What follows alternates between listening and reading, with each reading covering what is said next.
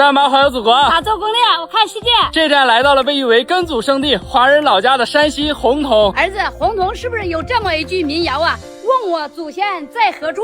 山西洪洞大槐树。没错，洪洞呢还是中华民族古老文明的重要发祥地之一，所以也被誉为华人的老家。而且中国历代名人词典中所列的26位远古人物当中啊，有1半多的人都能在这里找到活动遗迹。所以呢，这里还是上亿华人寻根祭祖的重要圣地。那这一趟带你沉浸式的打卡千年根祖圣地洪洞，咱们也去顺便寻根。跟你走吧。OK， 那咱都来洪洞了，那第一站肯定要去品一下洪洞的特色美食丝肉面吧。出发！到了啊，就是这里剑桥的牛牛。因为之前去红谷路口那几家吃过啊，所以这一次呢换一家来品尝一下。那这个素肉面分大中小，小份的12块钱，要2份小的吧。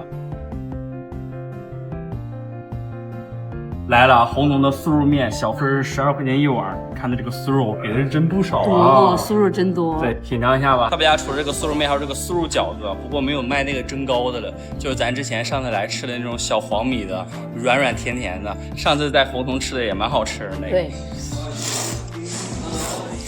有一说一说这个面条还挺筋道了哈。你尝尝这个素肉，感觉跟咱家那个蒸碗一个味儿。就是跟咱过年那个味儿一样。OK， 吃饱喝足了啊，出发下一站吧。赶紧走吧。素肉面吃完了，还是那个味道。那接下来呢，准备带着我妈出发去体验一下洪洞的第2种特色美食——波糕。第2家就在这种小胡同里，还挺不好找的。就是这个小胖波糕，中间这个念啥呀？鱼疙瘩是吧？尝一下。您好，老板，有波糕吗？有。那个鱼疙瘩是啥？这个啊，我看那种像那种面鱼一样。对。OK， 咱的这个波糕也来了，2个一共是8块钱，波糕是3块，这个是鱼疙瘩是5块。先品尝一下这个鱼疙瘩吧。你别说，这个小疙瘩吃起来 QQ 弹弹的，还搭配着山西的醋，还挺有味儿的。看本地人都是这么吃的，要放在盘子里，先浇点醋，再来一勺辣椒。它为什么叫波糕呢？据说是因为洪洞本地的方言把这个尖字啊说成波，所以叫波糕。其实咱们说也是叫煎糕哈。特别满足啊。这真不错，又有酸又有辣，焦焦糯糯的，真好吃哈。OK， 现在吃饱喝足了，准备出发下一站了，洪洞大槐树。赶紧走吧。到大槐树了，身后呢就是前面说的问我祖先在何处，山西洪洞大槐树。这里还是5A 级景区啊，据说约600年前啊，这里还见证了中国历史上规模最大的官方移民事件。明朝初期啊，18次大移民中啊，数百万的人从那个洪洞大槐树下出发，走向了18个省份和500多个县。现在呢，也准备带着我妈去见识见识，顺便去寻根。赶紧走吧。妈，你看前面这个大门也叫根雕大门，也是洪洞大槐树的正门，造型呢为槐根，寓意是大槐树的后裔，同根同源同祖同姓。从这个根雕大门一进来，映入眼帘的就是根字壁影了，也是这个大槐树景区的标志性景观呢。身后壁影上的这个根字啊，据说也是由中国著名的书画家张丁先生所题写的，里面饱含了浓浓的这个桑梓之情，意思也就是对家乡的眷恋呢。走遍天涯，洪洞是家。这里还有一个怀乡桥，谐音也是怀乡桥。过了怀乡桥啊，就到了这个县亭。县亭呢，也是祭祀时用来摆放贡品的地方啊。每当夜深人静的时候，而且前面那是啥，挺热闹嘞。走，咱去问问。老问一下，咱这是什么活动呀？这是我们开心消消乐的开心消除节活动。这不来巧了吗？刚问了一下，正好碰上这个开心消消乐的开心消除节，据说可以线下参加活动，打卡几张就是换取奖励周边呢。这么热闹，谁都能参加？那肯定了，走去感受一下。问一下，他这个打卡几张能换取哪些奖励啊？这个我们消消乐的这个手提包。这个手提包。这个不是那个游戏同款的莱蒙鸡扇子吗？是吧？还可以啊。我们游戏主角同款的小徽章。小徽章。抽卡。本一个山西是吧？可以框一个建筑物，是不是？这个也不错啊。周边水。好，谢谢啊。咱现在要参加这个开心消乐的开心消除节的这个线下的集章活动，先去门口领个章啊，走着。OK， 就在这个入口处的大明户籍办理处领取咱的这个集章册吗？谢谢。你别说，它这个集卡册做的还挺精美的，你看封面都是这种山西的古建筑，而且就连它的章也是这种山西的古建筑。儿子，先玩这一个沙包头头乐。它这个沙包头头乐就是把这个沙包扔进这4个洞的其中一个，你只要能扔中一个，就可以赢取这个盖章机会了啊！我先来，加油，预备，走！可以，一次就中了，没难度啊！哎呀！我这最后一个保底的反倒是翻车了。OK， 盖上咱这个沙包土豆的章也挺好看的哈，这也是用山西的古建，是不是？走，盖第3个章，走，就在旁边呢，你走哪儿去啊？这个就是在里面随机挑选关卡，然后抽到的关卡就在这个手机上体验过了，然后就可以盖章，是吧 ？OK， 算了，你来抽吧，你手气比我好，加油，抽个简单的，你别抽那种特别难的。我跟你说，魔鬼式关卡，哇，7825是啥意思啊？7825关啊！我自己玩都没玩到那么多关过。你好，哥，你找着了。OK， 开始体验啊！7820，你看没？我都没动，我一直在自己消。哎呀，没过关啊，没成功也能开张，主打一个快乐啊！对，下一个章就在这个打卡墙打卡就可以盖了啊。这儿还有一个这个姓氏种子卡。敢问客官贵姓呀？我姓石，石头的石。恭喜您2位触发了我们的这个隐藏卡。你说这个卡按照这个流程，对，然后放在土里面，它就可以长出来这个花，是吗？我们这个地方是祖先姓氏所在的地方，还请尔等勿忘此地，常回家看看。哦，好的，谢谢。常回家看看啊，常回家看看。我们现在就差最后一个章了啊，就在这个槐花姐姐这儿，人好多呀，找她对个暗号啊，对个暗号。开心出游，尽情消夏。现在我们集齐所有的章了，来换取奖励了。你选一个吧，想要啥？送你一个袋子。谢谢。这也挺得劲的，可好看哈，是吧？别问了，开心消消乐送的，挺拉风的哈。对，他这个线下活动整的还蛮好的，是吧？是吧？我都没有玩过瘾。没事，咱线下没玩够，咱还可以线上过把瘾嘛。他这个一边过关，一边还有一种沉浸式逛山西的感觉哈。关键是他还把这个山西的古建和美食都做进活动了。过完瘾了，儿子，我一直有个问题很好奇，他们当年为什么要移民呢？关于这个移民的说法其实有很多种，其中一种呢，据说就是明朝刚刚建立的时候啊，然后多地经常老发生这种水旱啊、蝗灾之类的。当时的皇帝就是朱元璋啊，他急于恢复这个农业，增加赋税，稳定自己的江山，于是他就定下了这个国策，决定把山西稠密的人口迁移到中原去。这个洪洞呢，当时又属于交通要道，所以官府就选这个大槐树为集合点，在这个百姓不情愿的情况下，就集中押送。儿子，你看人家这卫生间不叫厕所，叫解手场。你知道是怎么来的吗？那带你来看一下这个铜像，你就知道这个解手场到底是怎么来的了。你看这押送途中的百姓，双手是不是被绑着的？那人家如果途中想上厕所的话，是不是要跟官兵说帮我解开双手？所以呢，解手这个词就是这么来的。儿子，你这样一讲，我都恍然大悟了。那接着逛吧，走。妈，你看你面前这个又叫移民浮雕图，它这个是青铜制成的，据说是由中国著名的雕塑家黄建根据这个移民历史记载与民间传说创造而成的，展现的都是一些移民知识、移民惜别和移民途中的这些故事啊。哇，这条小道上面全部都是这种姓氏。身后这处碑亭呢，也就是1代大槐树遗址了，据说极有可能就是当年祖先站过的地方。不过现在因为正在修缮，就没办法参观了。这上面有一幅画，就是没有修缮前它比较完整的样子。据说这个1代大槐树啊，距今已经有1800多年历史了。不过在清顺治8年，也就是1651年的时候，汾河发大水，然后就把这个大槐树冲毁了。于是后人就在它的原址上修建了这个遗址。不过与1代同根滋生的2、3代大槐树还是在的啊。这个2代大槐树的距今已经有400多年历史了，虽然树已干枯啊，但是意义犹存。那在2代旁边这个还在茁壮成长的也是3代大槐树了啊，距今也有100年的历史了。别说看到这几棵大槐树啊，心里还挺有感悟的。这1代挨着2代，2代挨着3代哈，挺好的。祭祖堂 ，OK， 我们现在已经从这个大槐树出来了，这大槐树我们逛的也就差不多了，现在准备出发下一站吧，走着，跟你走吧。到广生寺了，这个广生寺的还分为上寺、下寺以及水神庙啊，咱们先去逛逛上寺啊，先去买张票，走着。前几年来的时候荒荒凉凉的，现在越发展越好了哈。OK， 买过了啊，2个人门票加观光车一共是180块钱，开逛。果然季节不见，焕然一新了啊，就连这个山门都修得这么壮观。到广生寺的上寺了，前方能看见的这座塔呢，就是大名鼎鼎的这个飞虹塔了。一进门这4个字叫万代祠堂啊，左右两边呢也是这个明代的彩塑崩塌而降。看，哇，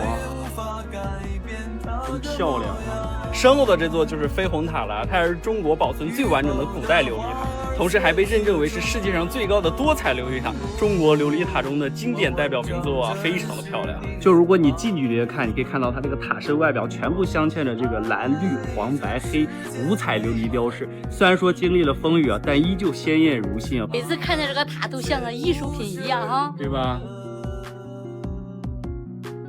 我记得我们前2年来的时候啊，这个飞红塔还是可以进去参观的，现在应该是围起来不让参观了。虽然之前也带着我妈亲身来过这些地方，感受这个飞红塔的壮观，不过每一次来都有不同的感悟啊。在这个飞红塔下呀，还有几处这个大殿，这个大殿据说主体是元代建筑，不过后来明代又重修了。其中室内呢多为这个明代遗存的塑像啊，看着非常的肃穆庄严，带着大家进去参观一下。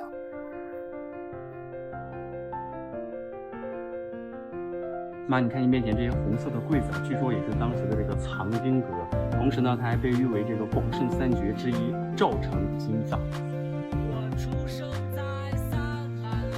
这边坐的整整齐齐的这些就是18罗汉。对。现在来到这个地藏殿啊，据说殿内也有一组令人震撼的这个悬塑造像。看了这么多，只能感叹真漂亮。上次我们逛差不多了啊，现在就准备来坐这个大巴车去这个下寺和水神庙逛一逛了。走。对，这下寺的旁边还有一汪这个池水啊，也叫霍泉，非常的清透啊。到下寺了。这个广圣寺的下寺，据说建筑呢也多为这个元代建筑，并且它还保留了700多年前这种原始古朴的这种寺院的这种样貌的。现在来到了这个大雄宝殿啊，儿子，为什么这儿只摆了几幅画，墙上空荡荡，啥都没有啊？其实这个殿内呢，正常来说是有2幅这个巨型的元代壁画的，不过这个说起来就比较让人气愤了。现在他们都这个流失海外了，所以你看到这个左右2面墙全部都是光秃秃的，就啥也没有了。就从下寺旁边这个小门穿过去就是水神庙了。这个水神庙呢，也是我国现存最完整的这个供奉水神的庙宇了。其中的明兴王殿呢，也是保存着这个元代的壁画啊。大家基本上来这个水神庙都奔着壁画来的。这个水神庙的门口啊，就有2座这个元代原件的这个彩塑，据说它还与这个殿内的祈雨图和戏剧图啊，构成了这个广圣寺的第3绝了。前面这个就是明应王殿的殿内了，里面的壁画非常的珍贵。大家看上面刻有这个大型散乐中都秀在此坐场的这幅壁画，据说它呢就是被誉为全国现存最早、规模最大的元代戏剧壁画。同时呢，壁画形象地展现了这个民间戏班子正在登台演出的这种实况啊，非常的好看。我这个坐到正中间的是谁呀？好威武啊！这个就是水神。哦，水神。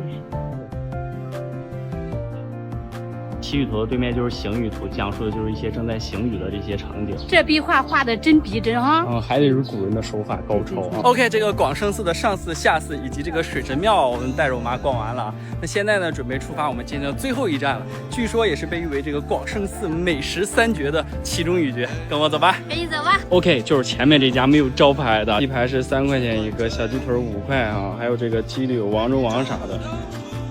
哦，谢谢。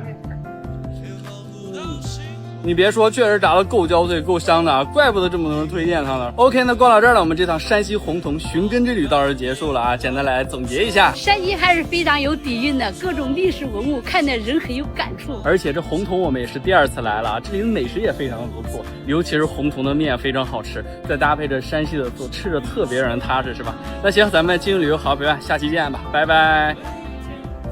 如果要安利一座100元就能吃喝玩乐的宝藏城市，那最近热闹十足的开封绝对有一席之地。上周我不是推荐大家来开封赏秋品局吗？然后好多人问我，那么多会场究竟要去哪里才能既看到传统的非遗节目，又能赏绝美的七色彩菊，同时在附近就能品尝非常地道的本土美食？那么作为大家的互联网攻略小助理，这期的小纯赏秋奇遇分享给你。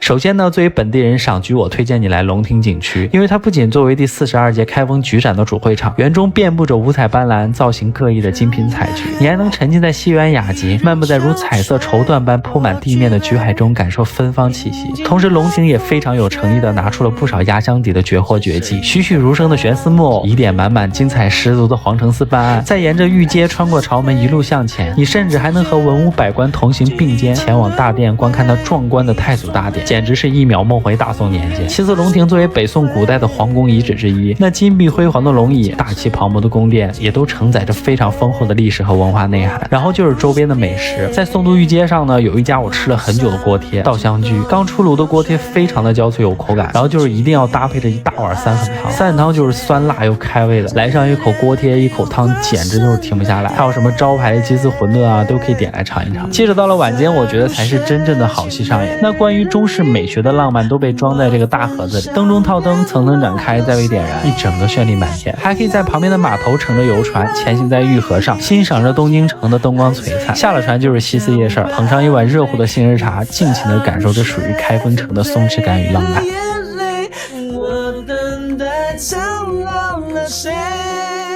如果你正好想要一场好吃又好玩的赏秋旅行，那么奔赴一趟开封，你就会知道这里对待美食究竟是有多么的痴迷，同时还能见识到金秋10月的开封市花，竟然也可以衍生出五彩斑斓的七彩菊。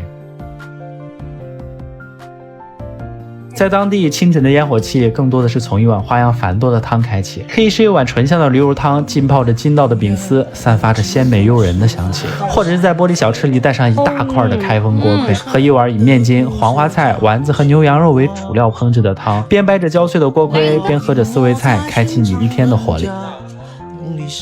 真的觉得开封的小吃都隐藏在街巷，就像迷在江湖的大侠一样，为人低调，却处处充满着不可思议。街边现包现蒸的灌汤包只要1笼10元，万家的玫瑰切糕美味又香甜，还有这个黄米枣糕真的是绝了，一大块黄米面团包裹着枣泥，吃起来焦脆香甜的，软糯又扯丝，这个是真的，我每次回家都要吃。不仅如此，还有糖糕铺里现炸到金黄的白糖糕、枣泥糖糕，咬下去都焦脆的，很好吃，而且也不会腻。每次路过都会给家人带着新盛的麻辣花生和花生糕，以及随处可见的花生奶饮料，1块钱就能勾起童年的乐趣。再推荐一个我觉得来开封一定要品尝的，就是本地人楼下那家高炉芝麻烧饼，大颗面团沾满着白芝麻在炉子里烤制，食材虽然看起来有点朴素又简易，但这个焦脆喷香的芝麻烧饼却包含着满满的家乡回忆。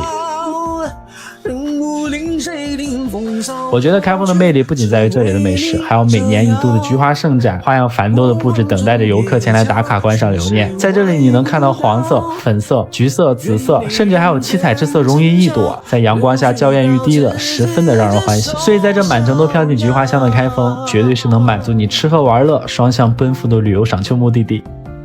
带我妈探索宝藏小城之旅，24小时玩转西乡宝泉。我相信很多人都是因为我们手上这本中国国家地理杂志而选择来一睹这幽湾碧水穿峡间的壮观场面。在这被誉为中国曲峡看太行的人间仙境宝泉，帮我妈打卡拍摄中国国家地理杂志的同款封面，做一日封面女郎，喜提人生大片是一种什么样的体验？跟着我们走吧。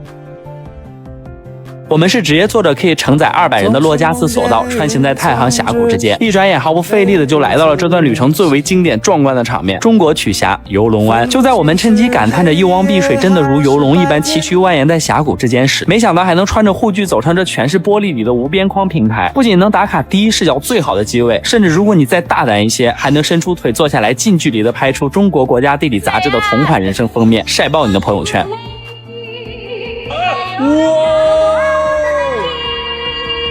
当然人生大片一张怎么可能够，在宝泉游龙湾，光单单是中国国家地理杂志的拍照装置就安放了好几处，每一处都对应着不同的背景封面，让每个人来宝泉都能做自己的封面女郎。无论怎么摆拍都是人生大片。其实来河南旅行总是会发现一些小细节，时不时的让你觉得惊喜又温暖。先是一开始我们就在游客中心看到了他们免费准备好贴心的拍摄道具不说，就在这酷暑的炎炎夏日中，每处打卡点都精心安置了秩序排队的提示语和清凉避暑的遮阳棚，让所有朋友都能有序拍照打卡，享受避免日光的暴晒，不仅能保证有序出片，还能保持一个清凉的好心情。让我们没想到的是，上午在游龙湾做封面女郎，下午就可以坐着荣获吉尼斯世界纪录每秒8米的 L 型洞穴电梯，在峡谷间近距离的感受这片山水世界中那阵阵凉意扑面而来，在顺势和清凉打成一片，甚至还能划着水上桨板穿行在这碧波荡漾的湖面间。总之，来五湖四海的你，不论是为了追寻人生封面，还是想尽情的在山野之间戏水撒野，新乡宝泉都能帮你实现。世界这本书我也多读了一页，哇塞！